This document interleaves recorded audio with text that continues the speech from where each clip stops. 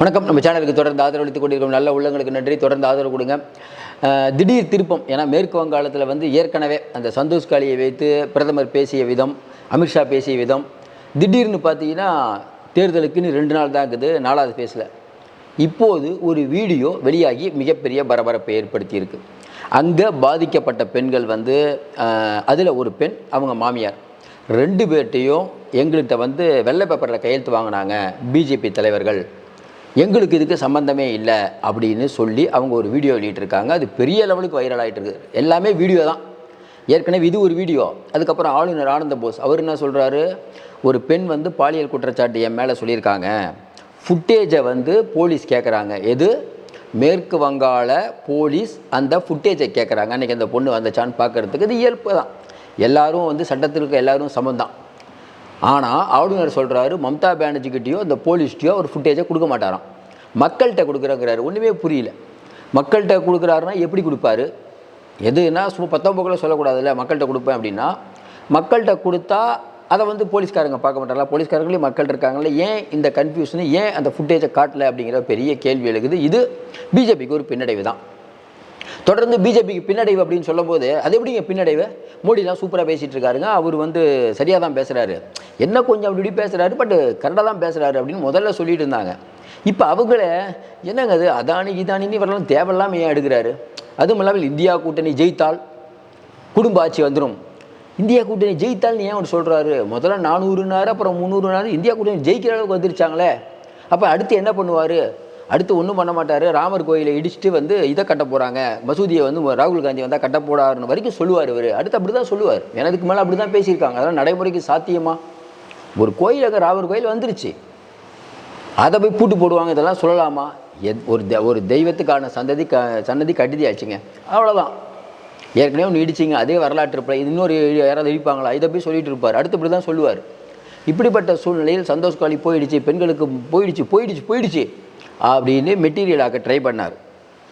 அப்புறம் பார்த்தா அந்த வீடியோலாம் வெளியிட்டாங்க. இப்போ கொஞ்ச நாளைக்கு முன்னாடி அந்த கோயல் அவர் ஒரு வீடியோ, அதாவது என்னென்னா பிஜேபி தலைவர் அவர் வந்து சொல்கிறார், ஆமாம் நாங்கள்லாம் செட் பண்ணி தான் பண்ணோம், இதெல்லாம் அவர் தான் சொன்னார்னு சொன்னார்.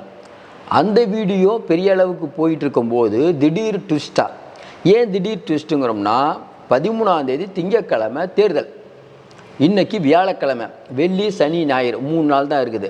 நீங்கள் சனிக்கிழமை சாயங்காலத்தோடு முடிச்சிடணும். இன்னும் 2 நாள் தான். இந்த 2 நாளில் இப்போ இந்த வீடியோ வந்திருக்குது. அந்த பாலியல் சம்பந்தமாக பாதிக்கப்பட்டதாக புகார் கொடுத்த பெண் என்னையும் எங்கள் மாமியாரையும் மிரட்டி வெத்து பேப்பரில் கையெழுத்து வாங்கினாங்க அப்படின்னு சொன்னது பெரிய லெவலில் இன்றைக்கி வந்து வைரல் ஆகிட்டு இருக்குது. அந்த வீடியோ எல்லாமே வீடியோ தான். தொடர்ந்து பார்த்திங்கன்னா ரேவண்ணா ஒரு வீடியோ, இது ஒரு வீடியோ, எல்லாமே வீடியோவாகி இன்றைக்கி பிஜேபியோட தூக்கத்தை கெடுக்குதுன்னே சொல்லலாம். ஏன்னா இவங்க ஓரளவுக்கு நம்பிட்டு இருந்தது மேற்கு வங்காளம் தான். நம்மளும் சொன்னோம், நம்ம விசாரிக்கும் போது இல்லைங்க, ஓரளவுக்கு ஒரு 20 தொகுதியில் பிஜேபி வரும். ஏன்னா வந்து மம்தா பானர்ஜி வந்து குண்டாஸ் ஆட்சி நடத்துகிறாங்க, மம்தா பானர்ஜி எதுவுமே பண்ணலை அப்படிங்கிறத ரொம்ப ஸ்ட்ராங்காக அங்கே இருக்கக்கூடிய மக்கள்கிட்ட வந்து மோடி சொல்கிறாரு. ஆனால் மம்தா பானர்ஜி மட்டும் என்ன சொல்கிறாங்கன்னா, காங்கிரஸ், கம்யூனிஸ்ட்டு, பிஜேபி எல்லாம் ஒன்று தான் அப்படிங்கிற பார்வையில் அவங்க சொல்கிறாங்க. அப்படிங்கும் போது இஸ்லாமிய மக்களின் வாக்குகள் இப்போ காங்கிரஸுக்கு போகுமா இல்லை மம்தாவுக்கு வருமா? ஏன்னா தொடர்ந்து மோடி அவர்கள் வந்து இஸ்லாமியர்களை சொல்லிகிட்டு இருக்கும்போது அதை காங்கிரஸ் கண்டிப்பாக மெட்டீரியல் ஆக்கும். ஆதிர் ரஞ்சன் சௌத்ரி எதிர்க்கட்சி தலைவர், அவருக்கு எதிராகவே மம்தா பானர்ஜி ஆளை நிறுத்தி அவரை தோக்கடிக்கணும்னு நினைக்கிறாங்க. அப்போ எல்லாத்தையும் பகைச்சிட்டு நிற்கிறாங்க. இது தேவையில்லாத வேலை. சந்தோஷ் காலி விஷயத்தில் காங்கிரஸ் ரொம்ப எச்சரிக்கையாக இருந்தது, ரொம்ப அவங்கள டேமேஜ் பண்ணலை. ஆனால் காங்கிரஸ்க்கு இவங்க பண்ணது நம்பிக்கை துரோகம்.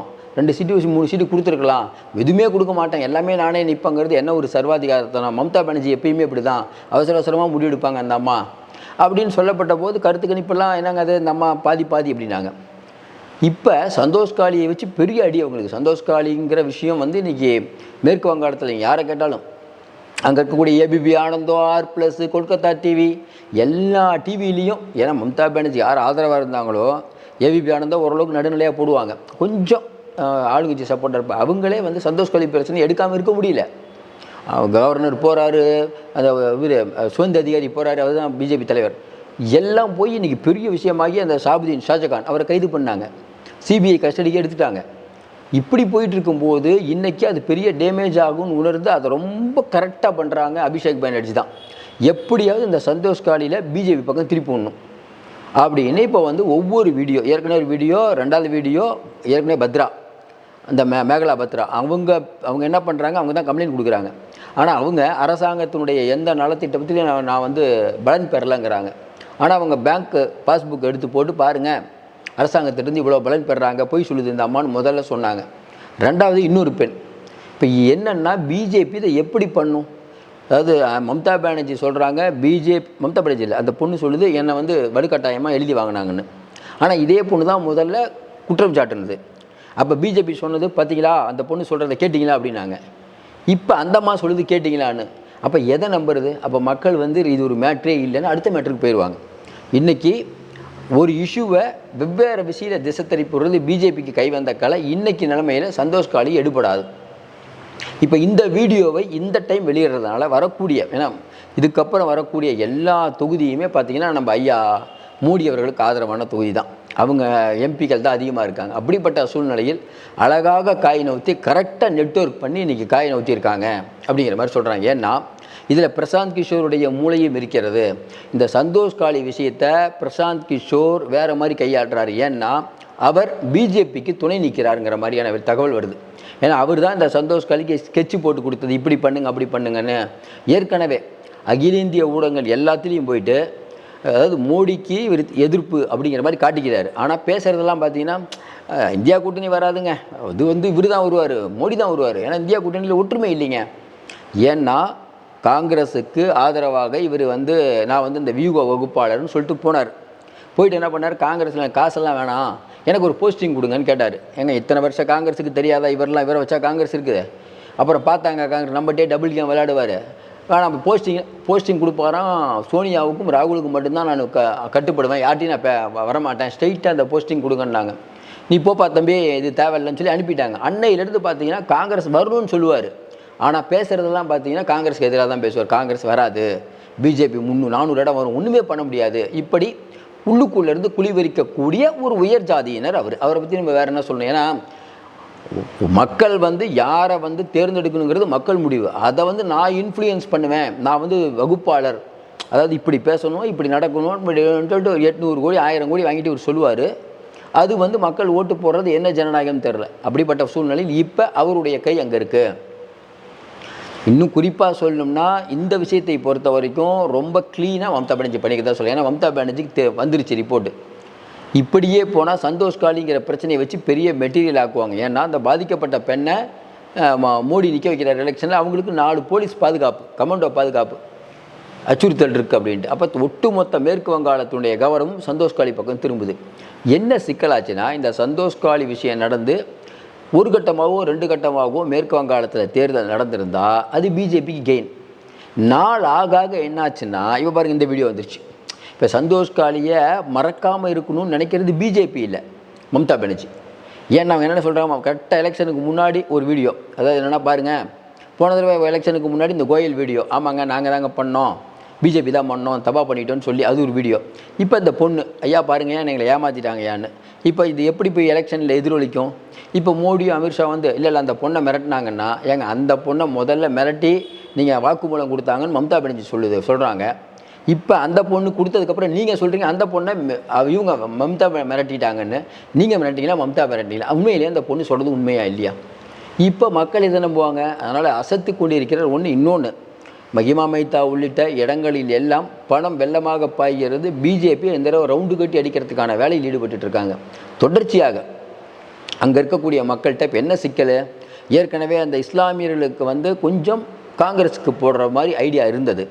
இப்போ பிஜேபியை ரவுண்டு கட்டி அடிக்கிறதுல மம்தா பானர்ஜி இன்னும் ஒரு ஸ்டெப் எக்ஸ்ட்ரா போயிட்டாங்க. ஏன்னா அவங்களுடைய பேச்செல்லாம் பார்த்தீங்கன்னா, இப்போ கொஞ்ச நாளாக அவங்க பேச்செல்லாம் பார்த்தீங்கன்னா அந்தளவுக்கு, ஏன்னா அவங்க மம்தாவுக்கு தெரிஞ்சிருச்சு ரொம்ப லெஃப்டாக இருந்தால் தான் நமக்கு ஓட்டு கிடைக்கும், நம்ம சாஃப்டாக பேசிகிட்டு இருந்தால் வேலைக்கு ஆகாதுன்னு சொல்லிட்டு தான் இறங்கி அதை ஒரு அளவுக்கு மீறி இறங்கி பேச ஆரம்பிச்சிட்டாங்க.